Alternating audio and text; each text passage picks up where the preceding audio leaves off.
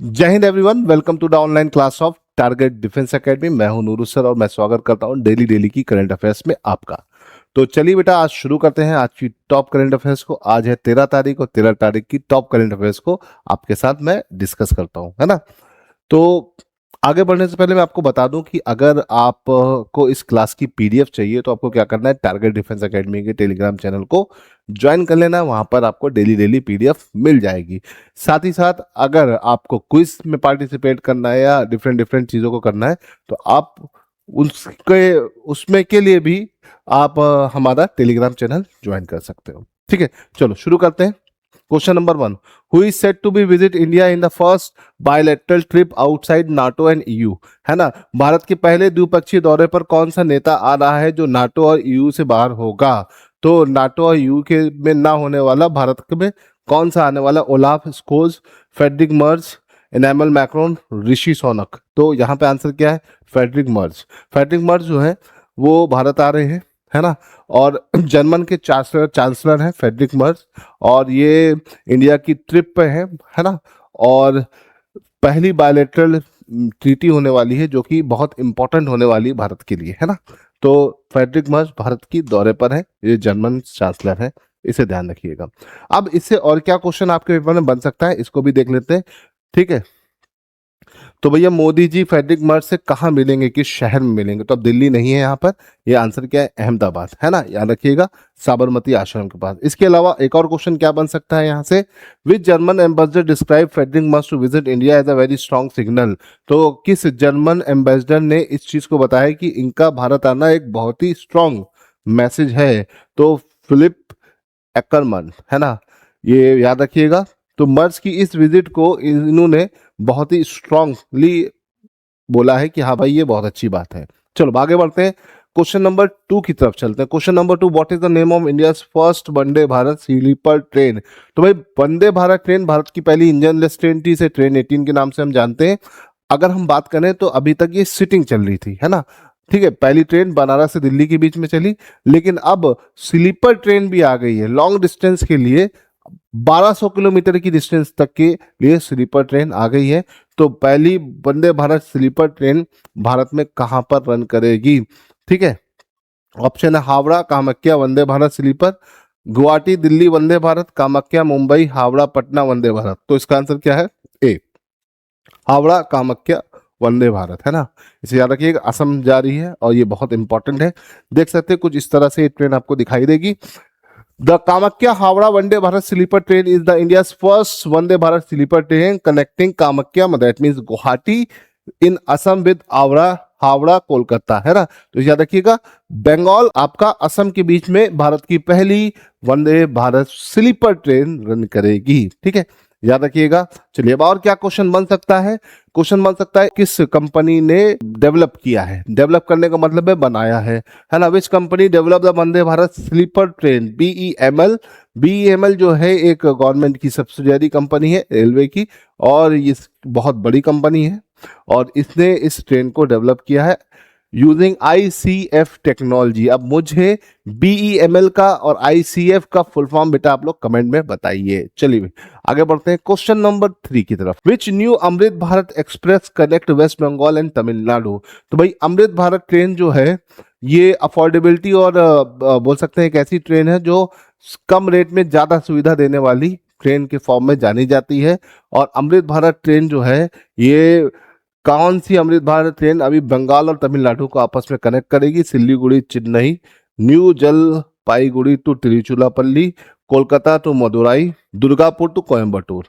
तो इसका आंसर क्या हो जाएगा बेटा, इसका आंसर हो जाएगा न्यू जलपाईगुड़ी टू तिरुचिरापल्ली। ये पहली ट्रेन है जो यहाँ पे जाएगी, इसे ध्यान रखिएगा। कुछ इस तरह से ये अमृत भारत ट्रेन होती है। ठीक है, ये जो ट्रेन है ये बंगाल से होते हुए उड़ीसा और आंध्र प्रदेश से होते हुए तमिलनाडु तक जाएगी, इसे ध्यान रखिएगा। ठीक है, और पहली अमृत भारत ट्रेन 2023 में लॉन्च की गई थी। ठीक है, इसे ध्यान रखिएगा, छपरा और आनंद विहार टर्मिनल के बीच में। तो 2023 में शुरू की गई इस ट्रेन को धीरे धीरे करके बढ़ाया जा रहा है। इससे और क्या क्वेश्चन बन सकता है, इसका मेन पर्पस क्या है ना।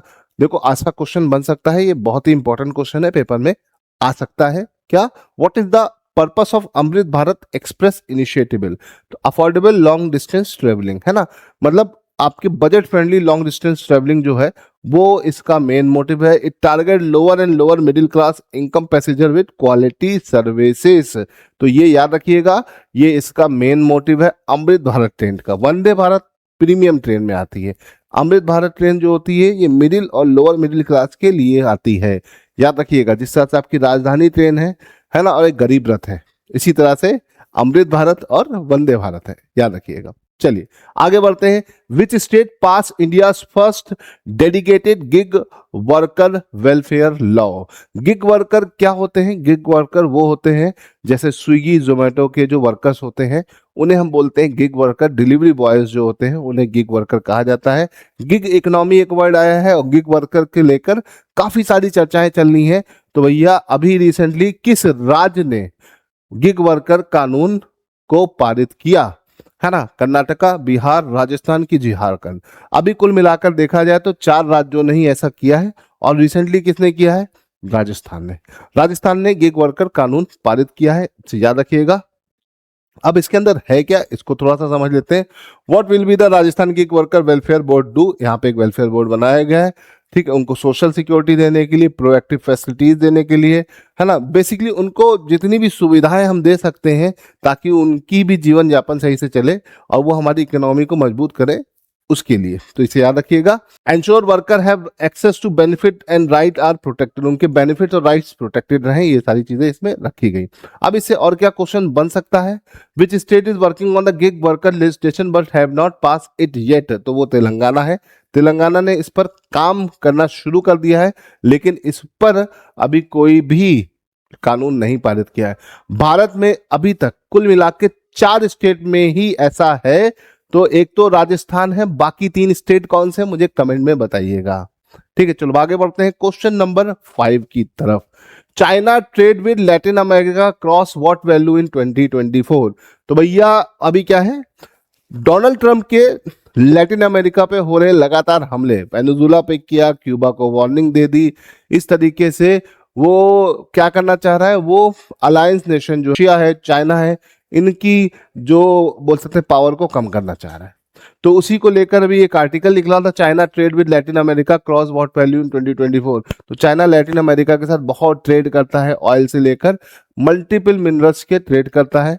तो वो भैया जो है कितनी वैल्यू को क्रॉस कर चुका है? 300 बिलियन, ये 400 होना चाहिए, 400 बिलियन, 500 बिलियन की 600 बिलियन। तो इसका आंसर क्या है? 500 बिलियन, है ना।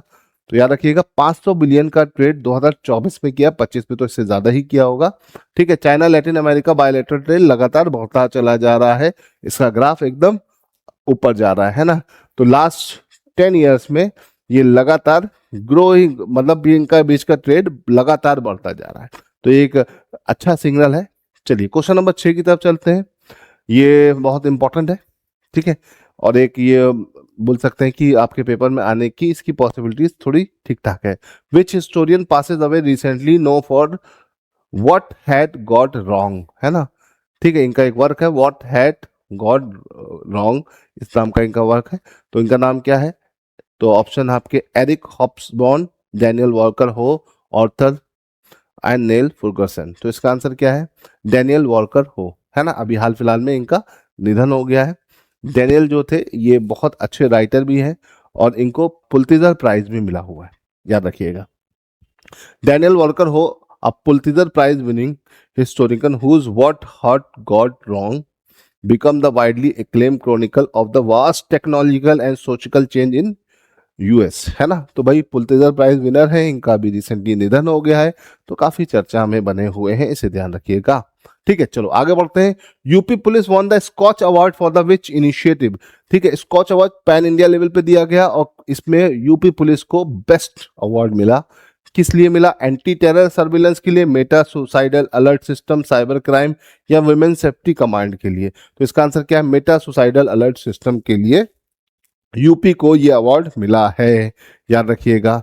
तो यूपी पुलिस को ये अवार्ड मिला, काफी तेज है यूपी पुलिस, है ना। The integrated command and control centre for Mahakumbh 2025 and the Meta suicidal alert initiative of the UP police social media centre have both have been honoured with the Skoch gold award 2024 for leveraging technology and empathy in the public service. ठीक है, ये scotch award UP police को मिला, ये तो बहुत ही common चीज है, लेकिन किस कोर क्राइटेरिया के लिए बना? देखो, दुनिया का सबसे बड़ा मेला महाकुंभ जो था उसको आयोजित कर लेना, और साथ ही साथ यूपी में जो जितने भी क्राइम्स वगैरह हो रहे हैं, है ना, साइबर जितनी भी चीजें हो रही हैं, है ना, साइबर क्राइम के थ्रू जो सुसाइड अटेम्प्ट हो रहे हैं, ये सब, इन सब को कंट्रोल करना बहुत ही इंपॉर्टेंट है, और ये यूपी पुलिस ने करके दिखाया है। ठीक है, अब देखो इससे और क्या क्वेश्चन बन सकता है। ठीक है, इसकी थीम पूछ सकता है ना। तो 105 नंबर का जो ये स्कॉच समिट था, इसकी थीम क्या है? स्कॉच समिट जो है, इसकी थीम क्या है? गवर्निंग विकसित भारत इसकी थीम है, याद रखिएगा। ठीक है, तो इसका मेन मोटिव है इंडिया के डेवलपमेंट के बारे में बात करना। चलो क्वेश्चन नंबर 8 की तरफ चलते हैं। Which state hosted the regional AI impact conference 2026? तो 2026 की एआई रीजनल इम्पैक्ट कॉन्फ्रेंस को इनमें से कौन सा राज्य होस्ट करेगा? महाराष्ट्र, राजस्थान, कर्नाटक की तमिलनाडु? तो इसका आंसर क्या हो जाएगा बेटा? इसका आंसर हो जाएगा राजस्थान। राजस्थान इसको होस्ट करने वाला है। ये अपने आप में बड़ी यूनिक समिट होने वाली है, इस पर हम पहले भी चर्चा कर चुके हैं, है ना, तो इसे ध्यान रखिएगा। ठीक, the which Chinese brand is popularly smartphone in Peru? Popular for smartphone in Peru, है ना। चाइना अपना डंपिंग पेरू या साउथ अमेरिका में भी करता है, और चाइना का कौन सा स्मार्टफोन का ब्रांड बहुत ही फेमस है पेरू में, है ना? वाई, Xiaomi, ओप्पो की वीवो। तो हम लोग ये सारे मोबाइल कंपनियों का इंडिया में भी काफी यूज होता है, लेकिन पेरू की अगर हम बात करें, Xiaomi एक बहुत बड़ा ब्रांड है जो कि पेरू में बहुत जाना पहचाना ब्रांड है, इसे ध्यान रखिएगा। ठीक है, इनके मोबाइल्स भी आते हैं। ठीक है, इसे ध्यान रखिएगा। अब इससे और क्या क्वेश्चन बन सकता है? तो इससे क्वेश्चन मतलब which Chinese company deliver food in Brazil? अब देखो, चाइना का व्यापार साउथ लैटिन अमेरिका के साथ बहुत ज्यादा है, तो मीटुआन एक ई कॉमर्स कंपनी है जो कि ब्राजील में बहुत एक्टिवली पार्टिसिपेट कर रही है, इसे ध्यान रखिएगा।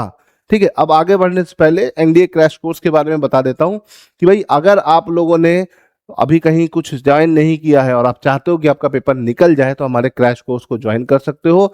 इसमें हम आपको प्रॉपर गाइडेंस देंगे, और 12 अप्रैल से पहले आपको किस तरीके से एनडीए की प्रिपरेशन करनी उसकी पूरी फोकस कराएंगे। देखो, लेट मत करो, यही जनवरी का महीना है, अगर इस महीने नहीं कर पाओगे तो फिर देर हो जाएगी। तो जिन्हीं बच्चों को क्रैश कोर्स में एडमिशन लेना है तो बिल्कुल डिले ना करें, जल्द से जल्द ले लें, अभी डिस्काउंट भी चल रहा है, आपको ऑफर में हमारा कोर्सेज मिल जाएंगे। तो फटाफट नीचे दिए हुए नंबर पर कॉल करिए और पूरी की पूरी जानकारी वहां से प्राप्त करिए।